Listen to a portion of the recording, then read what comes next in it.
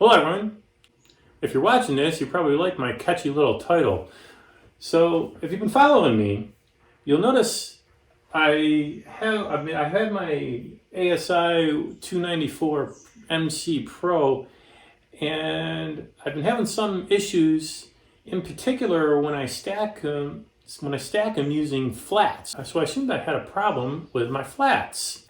Now, I've never had problems with flats before with my refractor setup. And the way I did it, like most people or many people, I used the iPad and turned white t-shirt over the refractor and put the iPad on top of it, and away I went with flats. But of course I can't do that with this thing, with my edge. It's much too small.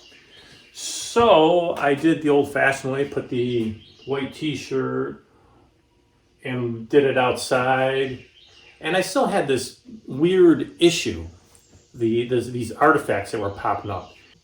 I also did it against the garage door. I tried it that way because that's white, and I put a white t-shirt over it, and still I had this crazy issue. So I decided to check out these internet forums on flats, and I found out there is more contradictory BS on those forums than there is in a Texas cattle ranch. Turns out that it was never the flats that was the problem anyhow. And I'm going to go over and show you some data. But before going into that, let me give you some background information, and then I'll go over what my solution was to this whole problem. I'm Kurt Zepp, and you're watching Astro Quest 1.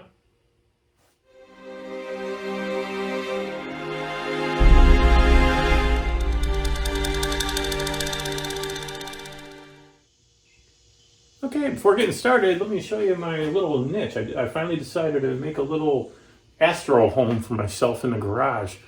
Things were starting to back up. I have my shed, and I've got a place inside that I have Astro stuff. But at least now I have some sort of organization out here that I can do some stuff.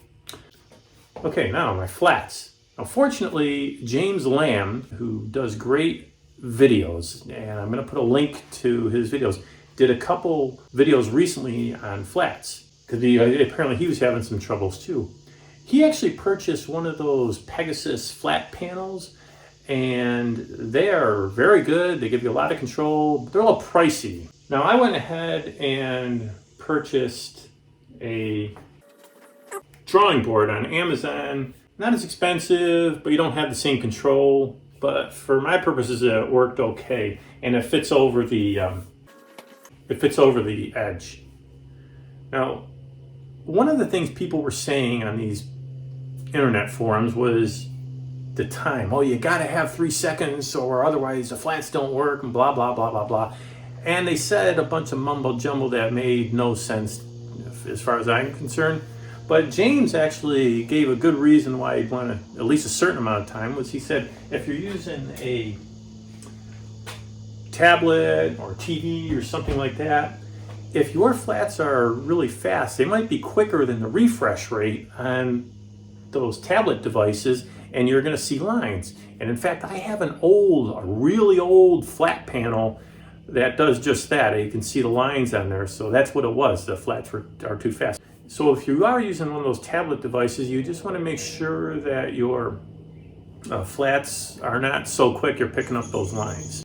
So one of the other things questions people kept asking me about doing flats was, what's your brightness, your ADU setting? And I used to use 12,000 with my ASI 1600. Then I went up to 19,000 when I was doing them. And other people kept commenting, oh no, you gotta use 30,000 or 32,000 or 40,000, and all sorts of these values.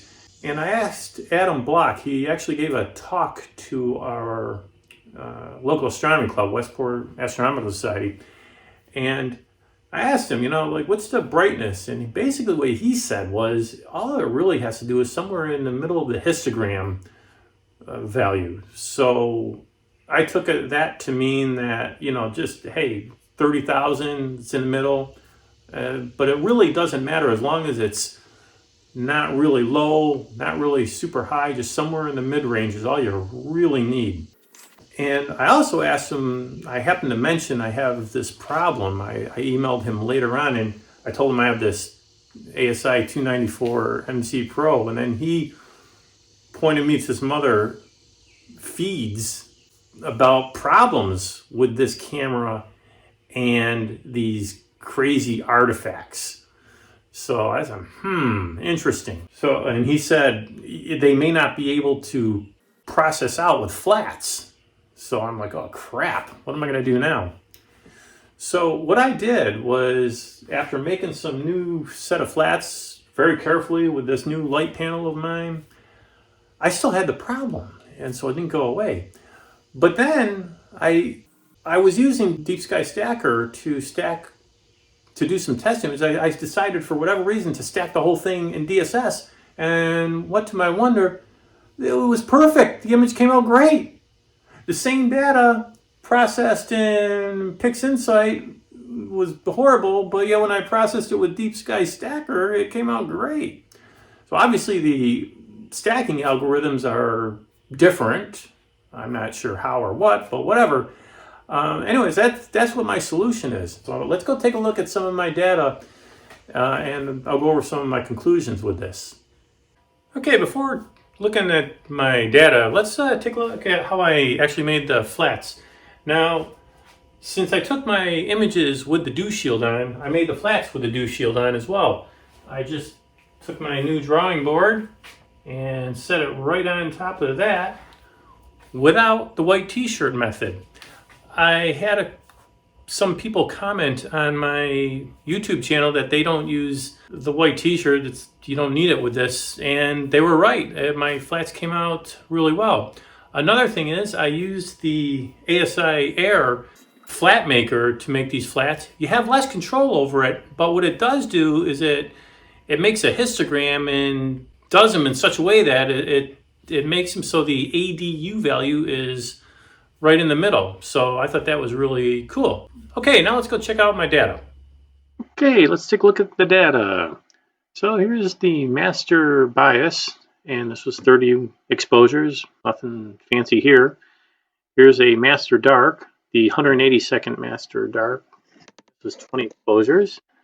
And you can see the amp glow here and a little bit of amp glow on this side, but other than that, it looks really good. This is the master flat using the NBZ filter, 1.7 seconds, 20 exposures. And it's probably hard for you guys to see, but there is a dust bunny here, and there's actually several other dust bunnies in here. I can see them. I don't know if you all can see them. But you probably can see the overall brightness in the center and how it's darker in the corners, just like most flats appear to be. So nothing fancy here. Now, this was from 7/13, July 13th. This is my first image ever using this scope with the ASI294MC.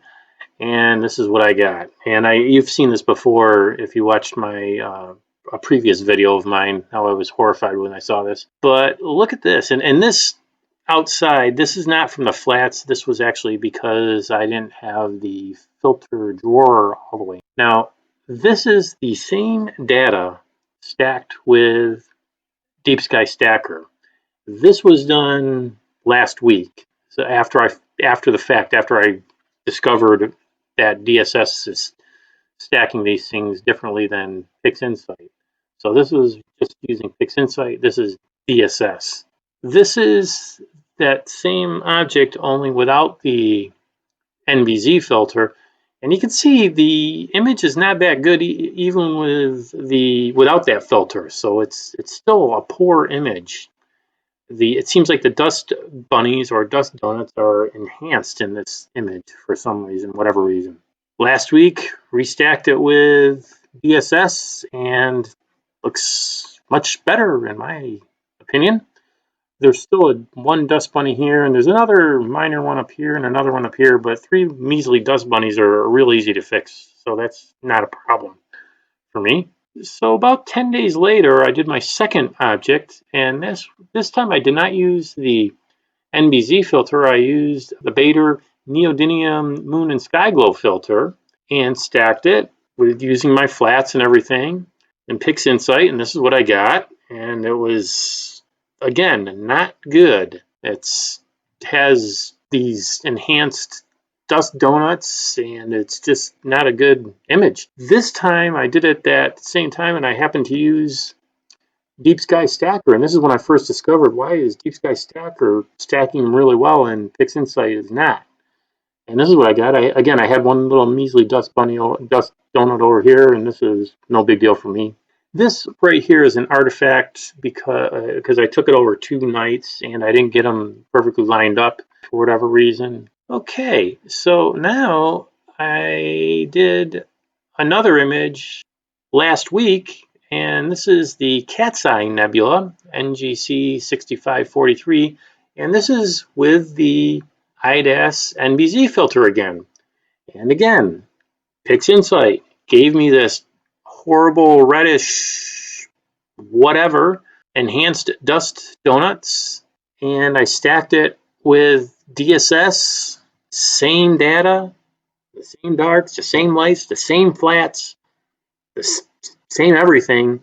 I stacked it right after I got done with this. I stacked it with DSS, and this is what I came up with. So very interesting. Now, if you do a side-by-side image with this image with the NBZ filter and the M57, which is the Ring Nebula, which I did 3 weeks earlier, this pattern looks an awful lot alike to me. It seems to be the same pattern here and here. The only difference is this filter drawer. If I didn't have that filter drawer, I bet you this would look exactly the same way. So this thing appears to be an artifact on the sensor. I don't know what it is. For whatever reason, PixInsight picks it up and doesn't, and DSS is able to make it go away using flats.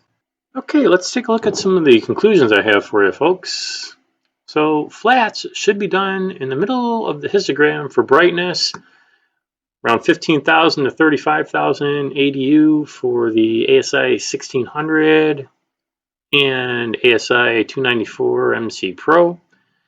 And they should be longer than the refresh rate if you're using a tablet or such device. The ZWO ASI294MC Pro does appear to have something on the sensor which gets highlighted when using flats and PixInsight for stacking, at least with the default settings for PixInsight.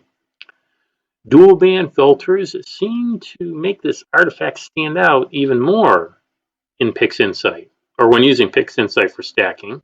Deep Sky Stacker seems to work fine with this camera, at least on its default settings, and that makes some sense because of the different stacking algorithms are going to produce different results. And when imaging with the ASI294 Pro, if you're having this type of problem, try DSS for stacking. Can't hurt. Anyways, I think that's all, folks. Thanks for tuning in, and I hope you found this interesting because I sure did. See you next time.